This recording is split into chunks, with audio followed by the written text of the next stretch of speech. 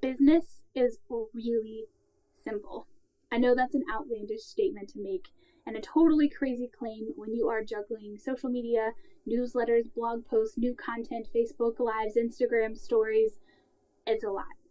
But I wanted to talk to you today about a little book called Essentialism, which talks about doing less but better, and how you can apply this little knowledge nugget to your own business. Because whether you serve clients one-to-one or you have a launch-based business model with group programs and group leverage training, or you sell products, in each of these types of businesses, there are only two things you need to be focused on to be successful. Hi, I'm Jessica Castle, the stress-free launch strategist, and today I want to talk to you about the business models, whether it's one-to-one or the launched leverage product model, and the two things you need to focus on if you want to be successful in that business.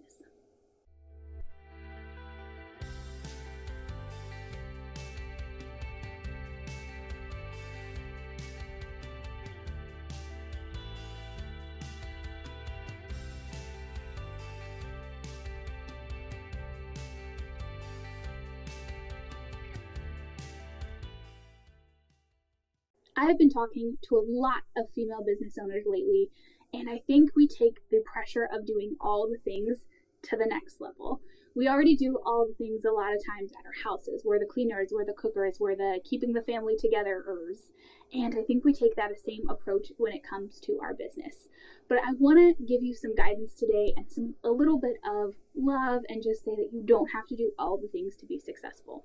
This video isn't meant to be groundbreaking, but it's meant to be a reminder that all the things are not necessary to be successful. I am sure you look at tons of businesses every day and you're like, she's totally doing what I want. How is she getting it all done?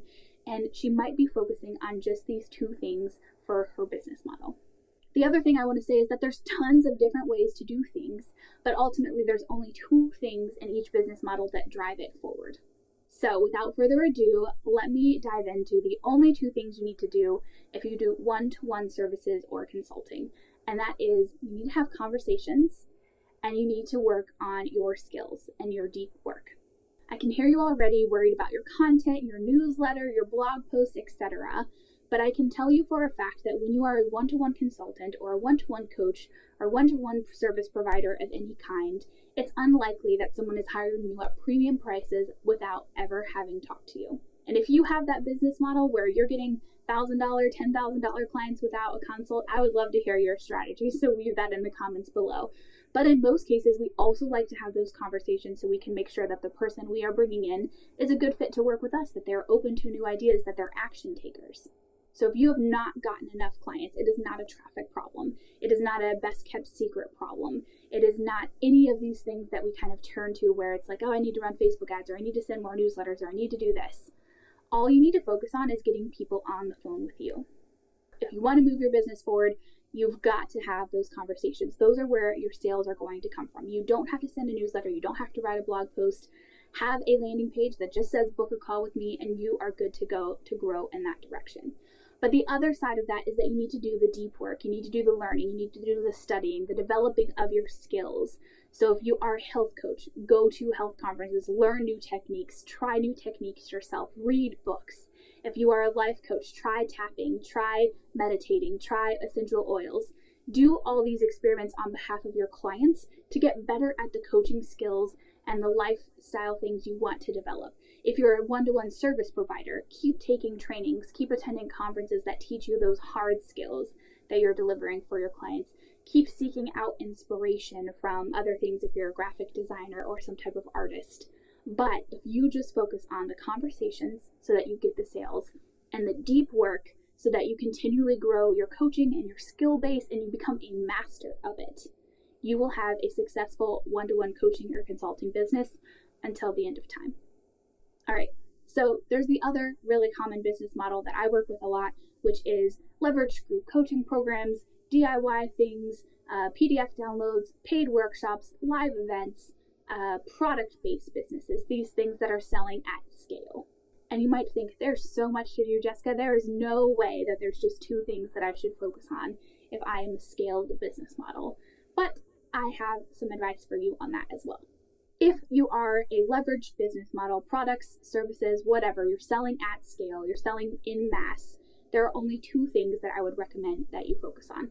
The first is list building and growth with your audience. So if most of your customers come through email, as I'm sure that they do, you definitely want to focus on growing that, but you might sell extensively just through Instagram, so focus on growing that. But wherever it is, you're focused solely on growing your audience, and I would even take that one step further, and I really think it should just be growing your list. On the other side, the only other thing you need to think about in growing your business is developing the next product, the next continuation product for your offers. I totally get that this is oversimplifying it again, that you've got a newsletter, that you've got social posts you need to make on a daily basis, but I'm also saying that you can totally farm those out.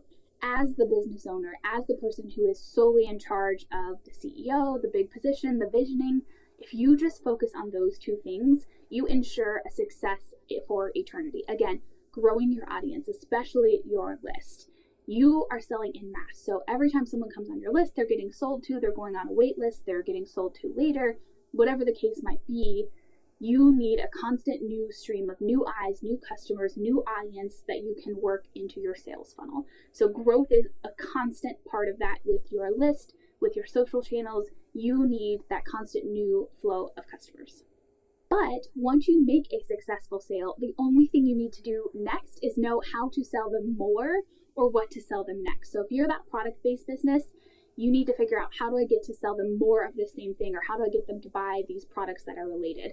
If you're the leveraged coaching model or something like that, how do I get them from a $197 program to a $500 program to a $10,000 retreat program, whatever that might be?